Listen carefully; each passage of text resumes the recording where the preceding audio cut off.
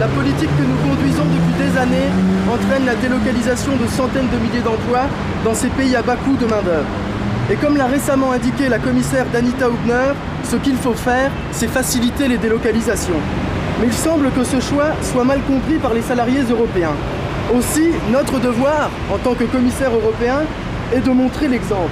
J'ai donc le plaisir de vous informer que la décision a été prise de délocaliser en Inde l'ensemble des services de la Commission européenne. Vous disposez de la journée pour rassembler vos affaires.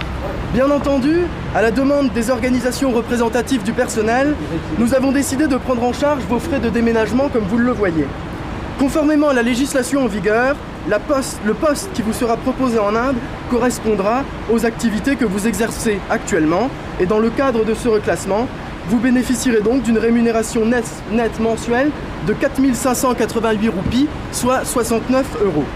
Persuadé que vous comprendrez le bien fondé de cette démarche qui participe à la mondialisation heureuse que je ne cesse de vanter, je vous prie de croire, mes chers collaborateurs, en l'assurance de mes meilleurs sentiments, José Manuel Barroso, président de la Commission européenne. 4 ans après le référendum, les jeunes de Debout la République ont organisé cette opération pour montrer aux fonctionnaires européens ce que peut représenter une délocalisation. Nous avons amené ce camion de déménagement, c'est un symbole, mais au-delà du symbole et au-delà de la provocation, c'est un signal d'alarme sur la mauvaise Europe qu'on est en train de construire. Et quand on regarde la réalité des choses, c'est des centaines de milliers d'emplois délocalisés, car la politique européenne menée est mauvaise. Et donc nous avons voulu, par cette opération un peu provocatrice, dire ce qu'on a fait ce matin au commissaire et à la commission de Bruxelles implantée à Paris, eh bien, ce sont des centaines de milliers de salariés qui le vivent tous les jours. Et ça, on ne peut pas l'accepter. Donc il faut changer de politique européenne. On veut toujours caricaturer la position des nonistes. Il y a 16 millions de gens qui ont voté non. Dedans, il y a beaucoup de gaullistes et de républicains, du non modéré. Et nous, nous représentons le non modéré, c'est-à-dire des gens qui disent l'Europe marche sur la tête, on peut la changer. Debout la République, comment vous pourriez définir politiquement votre courant? C'est un courant gaulliste et social, ce qui signifie qu'on porte une certaine idée de la France, une certaine idée de l'indépendance de la France, mais aussi qu'on porte un certain nombre de valeurs sociales, qu'on croit à la sécurité sociale, qu'on croit à la protection sociale, qu'on croit au respect du droit du travail, qu'on croit au respect des salariés. Ça pourrait écouter un jeune militant socialiste, là? Le problème, c'est que les socialistes, ils ont signé tous les traités qui ont mené à l'Europe actuelle. Ils ont signé la Constitution européenne, enfin le traité de Lisbonne. Ils l'ont adopté alors que les Français l'avaient massivement rejeté. Et dans ce traité, il y a tous les ferments libéraux de l'Europe actuelle.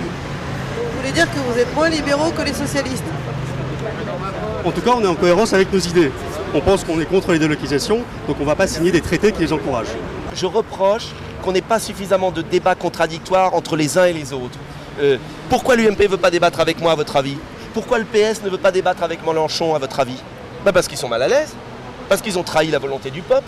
Je rêverais d'être en face de Mme Dati, avec M. Mélenchon, etc. Et la police est arrivée là, M. Dupont-Aignan. Oui, la police est arrivée, la police est arrivée. Où est-ce que vous pensez qu'on pourrait réformer le capitalisme par l'Europe? Je ne crois pas, parce que la France est minoritaire au sein de cette Europe pour réformer le capitalisme. Donc je pense qu'on n'y arrivera que par des coopérations à la carte, France-Allemagne, France-Italie, etc., en mettant des brèches.